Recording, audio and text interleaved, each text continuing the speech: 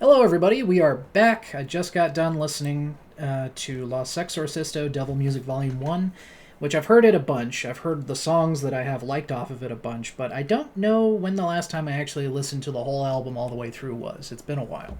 But anyway, this is their 1992 album. The album is good. It is really good in my opinion.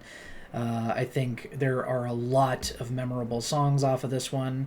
They've got some really good grooves, some awesome, riffs. They've got easy example to point at for some of the drum work in this one, which I like the way the drums sound on this album. But Grindhouse a Go Go, I think, starts off with that really aggressive, fucking, like fast hitting drums, and it just sounds great.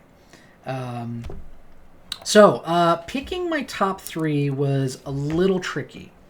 And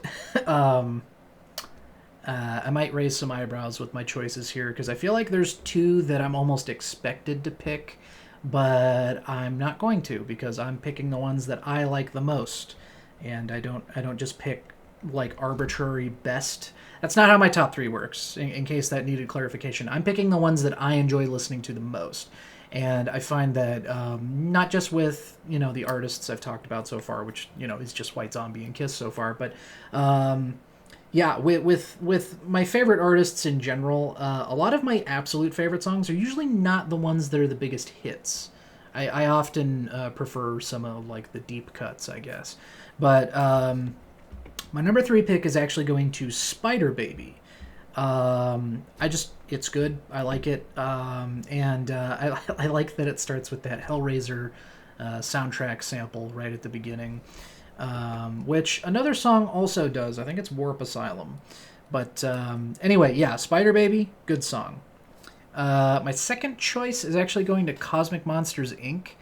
I remember developing a stronger taste for this song when I was younger, and that didn't really like change since then. So that's one that I still really enjoy. My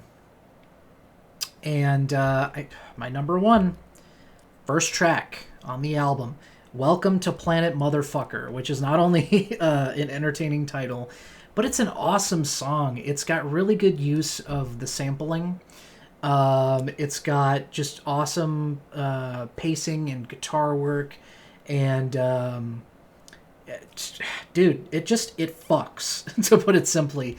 I really, really like this song. It's probably it is my number one pick off this album, but it might even be one of my favorite White Zombie songs because I feel like I do prefer Astro Creep 2000 over this for several reasons, but this is a strong fucking competitor in my book. I think Welcome to Planet Motherfucker is a great song, and it's an awesome way to open the album, honestly, because it's maybe a bit bold to put a 6-minute song as the first track, but it works in my opinion.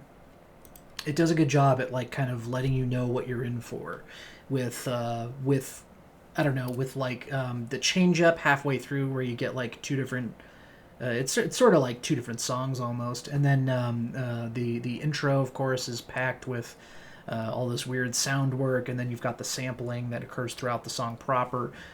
Just a really good track. I'm really, really enthusiastic about this one, and it was fun to listen to it again, even though it's not like I've gone a long time without listening to it or anything.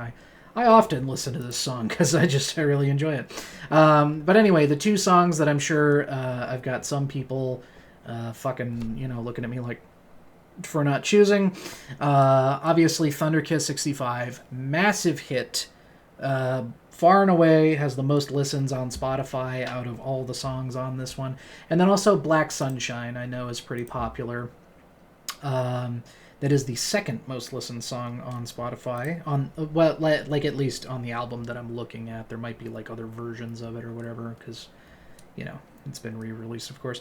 But yeah, so I did not include those two, not because they're not good songs. They are. They're great, but those are not two songs that I necessarily am like always in a hurry to listen to again necessarily. And part of that is probably just overexposure, to be honest. Like, there's a difference, by the way.